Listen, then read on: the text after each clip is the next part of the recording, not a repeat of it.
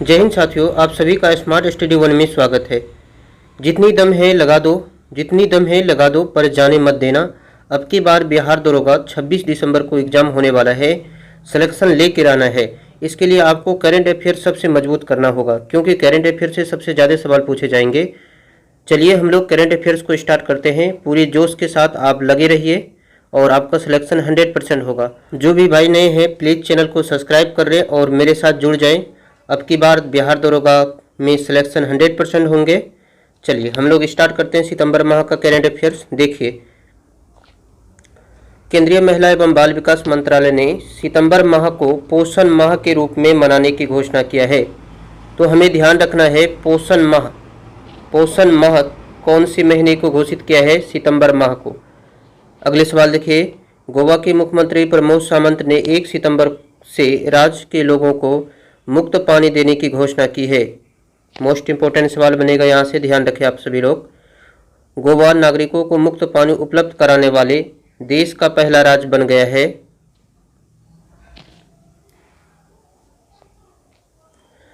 अगले देखिए, शिक्षा मंत्रालय द्वारा 5 सितंबर से 17 सितंबर 2021 तक शिक्षा पर्व 2021 का आयोजन किया गया है।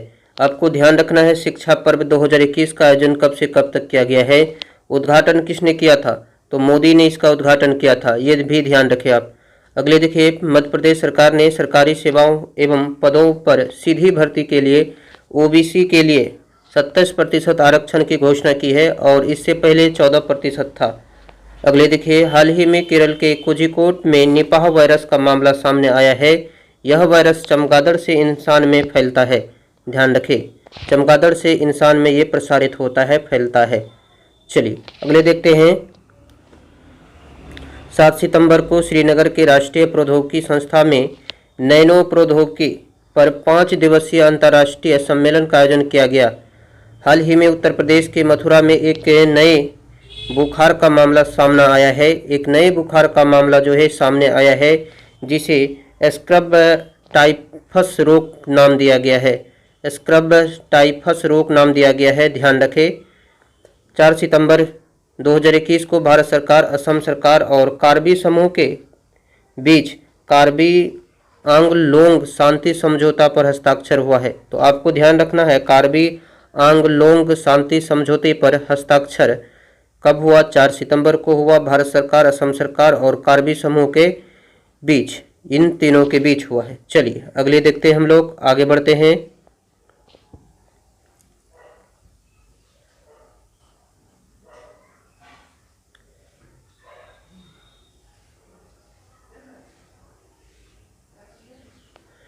मेरा तबीयत पूरी तरह से ठीक नहीं हुआ है और इसलिए मेरा आवाज़ में थोड़ा भारी टाइप की आवाज़ लगता है, तो आप लोग थोड़ी मैनेज कीजिए। जैसे ही मेरा तबीयत पूरी तरह से ठीक हो जाएगा आप सभी के सामने हम आ जाएंगे। अगले देखिए, पर्यावरण, वन और जलवायु परिवर्तन मंत्रालय ने असम में स्थित दीपोर बिल वन जीव अभ्यारण्य को इको सेंसिटिव जोन के रूप में अधिसूचित किया है।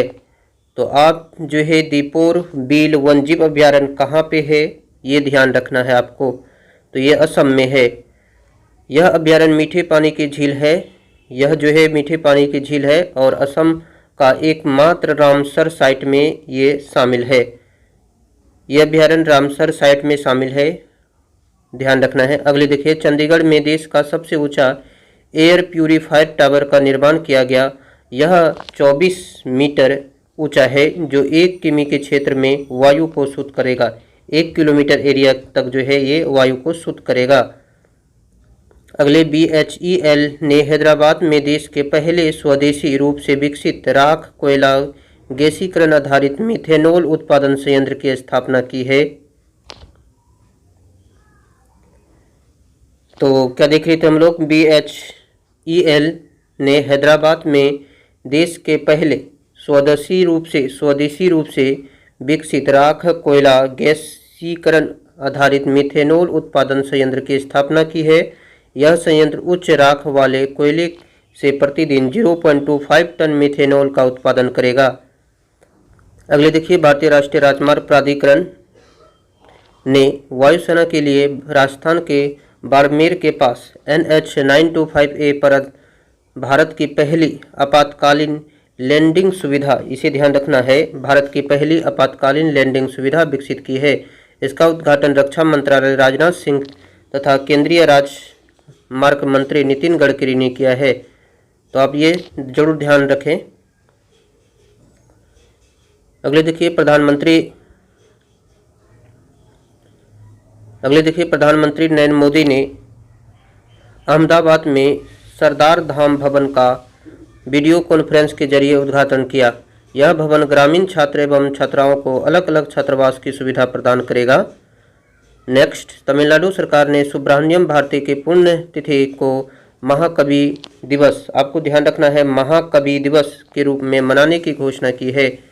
2021 में सुब्रमण्यम भारती की 100वीं पुण्यतिथि मनाई गई है। नेक्स्ट, तमिलनाडु सरकार ने 17 सितंबर को ईवी रामास्वामी की जयंती पर सामाजिक न्याय दिवस मनाने की घोषणा किया है। तो आप ध्यान रखें, सामाजिक न्याय दिवस 17 सितंबर को तमिलनाडु सरकार ने मनाने की घोषणा किया है रामास्वामी की जयंती पर।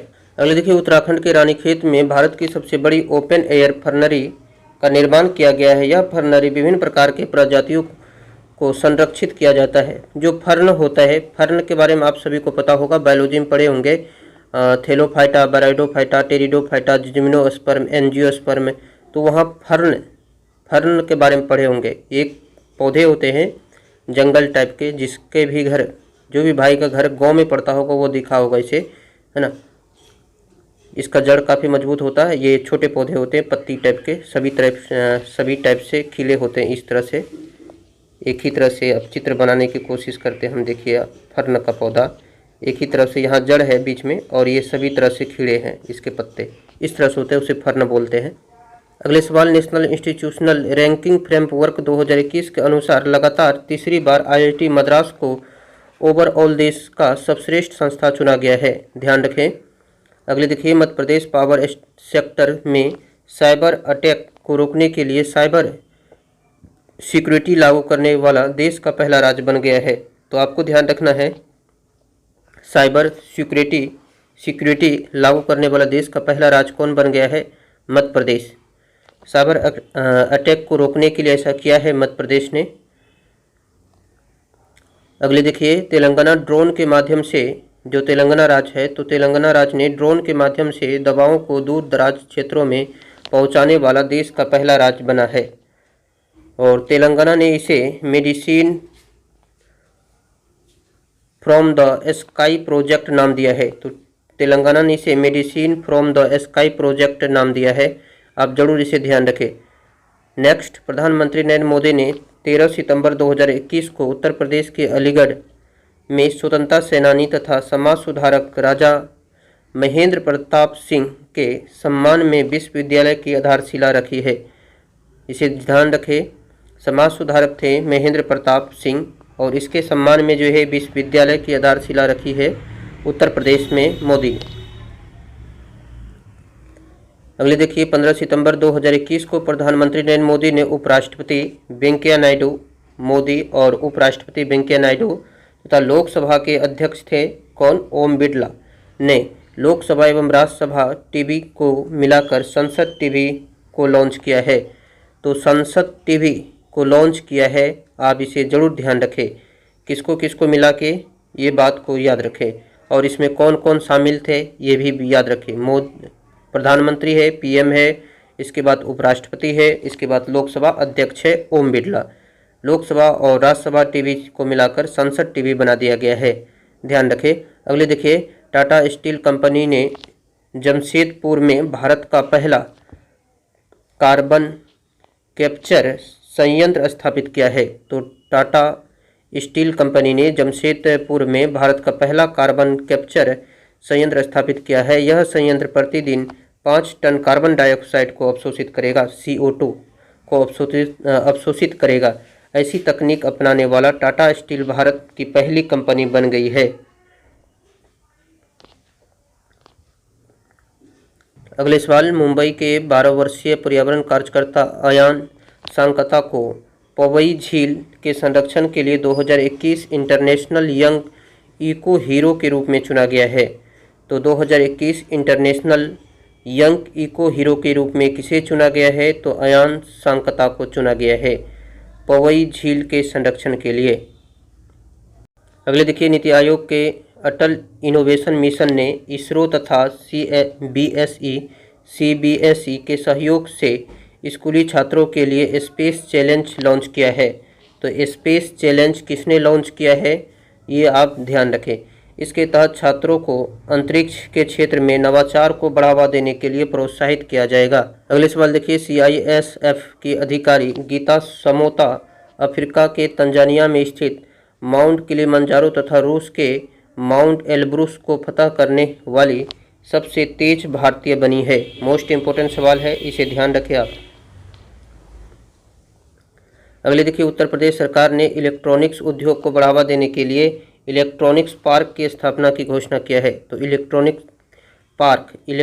पार्क की स्थापना उत्तर प्रदेश में किया जाएगा और इस पार्क में इलेक्ट्रॉनिक्स उपकरण का निर्माण करने वाली कंपनी अपनी इकाई स्थापित करेगी। अगले देखिए, हिमाचल प्रदेश के काजा में दुनिया के सबसे ऊंचाई पर स्थित इलेक्ट्रिक वाहन चार्जिंग स्टेशन का निर्माण किया गया है और इसकी स्थापना गोइगो कंपनी ने किया है। अगले देखिए, केंद्रीय रेल मंत्री अश्विनी वैष्णव ने रेल कौशल विकास योजना, आपको ध्यान रखना है, रेल कौशल विकास योजना को लॉन्च किया है। इसके तहत 75 रेलवे प्रशिक्षण संस्थानों की मदद से लगभग 50,000 युवाओं को प्रशिक्षण प्रदान किया जाएगा। प्रशिक्षण जो है उसे दिया जाएगा 50,000 युवाओं को। अच्छे सवाल यहाँ से बन सकता है, जरूर आप इसे ध्यान रखिए।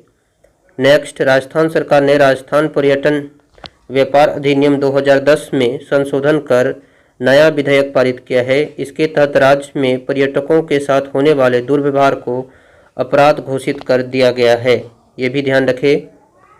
हाल ही में नीति आयोग ने शहरी योजना क्षमता में सुधार को लेकर एक रिपोर्ट जारी की। तो हाल ही में नीति आयोग ने शहरी योजना क्षमता में सुधार को लेकर एक रिपोर्ट जारी की है और इस रिपोर्ट के तहत अगले 5 वर्षों में 500 स्वस्थ शहरों के निर्माण का लक्ष्य है कि 500 जो है स्वस्थ शहरों का निर्माण किया जाएगा अगले 5 साल में और 2030 तक देश में सभी शहरों को स्वच्छ बनाने की लक्ष्य रखा है 2030 तक। नेक्स्ट, भारतीय पुरातत्व सर्वेक्षण ने उत्तर प्रदेश के एटा में गुप्त साम्राज्य के मंदिर के अवशेष की खोज की है। आप लोग पढ़े होंगे ना गुप्त वंश, तो उनके अवशेष मिला है और ये अवशेष जो है किस साइट से मिला है ये भी आपको ध्यान रखना है। बिलसर साइट से मिले हैं और जिस पर शंख लिपि के शिलालेख उत्कीर्ण है। अगले देखिए, भारत पाक युद्ध 1971 की स्वर्ण जयंती के उपलक्ष्य में भारतीय सेना ने 26 से 29 सितंबर तक विजय संस्कृति महोत्सव का आयोजन किया है। तो ध्यान रखिए, विजय संस्कृति महोत्सव के आयोजन जो है किया है 26 से 29 सितंबर, कहाँ पर? कोलकाता में किया गया है। ये भी ध्यान रखें, कहाँ पे? कोलकाता में। आपको ये इसके बारे में 100% याद रखिएगा, सवाल पूछा जाएगा। यह विजय सांस्कृतिक महोत्सव जरूर ध्यान रखें। अगले देखिए, केंद्रीय गृह मंत्री एवं सहकारिता मंत्री अमित शाह ने नई दिल्ली के इंदिरा गांधी स्टेडियम में पहली बार राष्ट्रीय सहकारी सम्मेलन का उद्घाटन किया है। तो केंद्रीय गृह मंत्री एवं सहकारिता मंत्री अमित शाह ने नई दिल्ली के इंदिरा गांधी स्टेडियम में, तो आपका एक सवाल यहाँ से सॉल्व हो गया। आपको ऐसे सवाल पूछ लेगा एग्जाम में कि इंदिरा गांधी स्टेडियम कहाँ पे है। तो इंदिरा गांधी स्टेडियम कहाँ पे है? नई दिल्ली में, ध्यान रखें। और इस सम्मेलन का उद्देश्य वैश्विक पटल पर भारतीय सहकारिता को मजबूती प्रदान करने के लिए एक मंच प्रदान करना है। अगले देखिए, भारत के सुप्रीम कोर्ट ने फास्टर नामक इलेक्ट्रॉनिक प्रणाली की शुरुआत की है। तो भारत के सुप्रीम कोर्ट ने फास्टर नाम के एक इलेक्ट्रॉनिक प्रणाली की शुरू की है और इस प्रणाली का उपयोग सुरक्षित इलेक्ट्रॉनिक संचार के जरिए अदालतों से जेलों में ई प्रमाणित को भेजा जाएगा। ई प्रमाण पत्र जो होते हैं उसे भेजा जाएगा। आप लोग फास्टर का फुल फॉर्म ध्यान रखें, फास्टर का फुल फॉर्म जरूर ध्यान रखें। अगले देखिए, भारत सरकार ने अरुणाचल प्रदेश में हिंदू तीर्थ स्थल परशुराम कुंड का निर्माण शुरू किया है। यह स्थल ब्रह्मपुत्र पठार में लोहित नदी पर होगा। तो ये कहाँ पर होगा? ब्रह्मपुत्र पठार में लोहित नदी पर होगा, ये भी ध्यान रखें। अगले, Ayushman Bharat digital mission. Ayushman Bharat digital mission तो 27 सितंबर 2021 को प्रधानमंत्री मोदी ने इसे लॉन्च किया था और इसके तहत लोगों को डिजिटल हेल्थ आईडी प्रदान किया जाएगा, जिसमें व्यक्ति के स्वास्थ्य संबंधित सभी रिकॉर्ड होंगे। अगले सवाल देखिए, उत्तराखंड के नैनीताल जिले के हल्द्वानी में उत्तर भारत के सबसे बड़े पामेटम का उद्घाटन किया गया है। तो आपको ध्यान रखना है, पामेटम का उद्घाटन उत्तराखंड के नैनीताल में किया गया है और इसका निर्माण ताड़ प्रजाति के महोत्सव तथा पारिस्थितिकी में उनकी भूमिका के बारे में जागरूकता लाने हेतु किया गया है। पोटम पेड़ की किस्में पाम की बागवानी करने का स्थान है। नेक्स्ट, केंद्रीय सूचना एवं प्रसारण मंत्री अनुराग ठाकुर ने 24 सितंबर के लद्दाख की राजधानी लेह में 5 दिवसीय हिमालयन फिल्म फेस्टिवल का उद्घाटन किया है। तो ध्यान रखें, हिमालयन फिल्म फेस्टिवल का उद्घाटन कहाँ पे किया गया है, ये बात आप जरूर ध्यान रखें। तो लद्दाख के लेह में किया गया है। किसने किया उद्घाटन, ये भी ध्यान रखें, तो अनुराग ठाकुर। और इस समारोह का उद्घाटन कैप्टन विक्रम बत्रा पर आधारित फिल्म शेरशाह से हुआ है। तो कैप्टन विक्रम बत्रा पर जो आधारित फिल्म था शेरशाह से इसका उद्घाटन हुआ था। अगले देखिए, हाल ही में सामाजिक न्याय एवं अधिकारिता मंत्रालय ने बुजुर्गों के लिए हेल्पलाइन नंबर 14567 की शुरुआत की है, जिसे एल्डर लाइन नाम दिया गया है। तो अब ध्यान रखें, एल्डर लाइन नाम किसे दिया गया है, तो 14567 को जो है ये हेल्पलाइन है। इससे जो भी बुजुर्ग कॉल करेंगे उसे जो आवश्यक सुविधा उपलब्ध कराया जाएगा। देखिए, इसके तहत वरिष्ठ नागरिक किसी भी प्रकार के दुर्व्यवहार हेतु इस नंबर पर कॉल कर सकता है और उसे मदद मिलेगी। अगले देखिए, हाल ही में चेन्नई सेंट्रल रेलवे स्टेशन या MG रामचंद्र रेलवे स्टेशन 100% सौर ऊर्जा संचालित रेलवे स्टेशन बन गया है। तो आप ध्यान रखें कि चेन्नई सेंट्रल रेलवे स्टेशन या MG रामचंद्र रेलवे स्टेशन 100% सौर ऊर्जा से संचालित होने वाली रेलवे स्टेशन बन गया है। भारत का पहला सौर ऊर्जा संचालित रेलवे स्टेशन कौन था? तो गुवाहाटी। भारत का पहला सौर ऊर्जा संचालित रेलवे स्टेशन, मोस्ट इम्पोर्टेंट सवाल है, तो गुवाहाटी। असम की राजधानी गुवाहाटी है। चलिए, और अगले वीडियो में हम लोग देखेंगे अगस्त माह के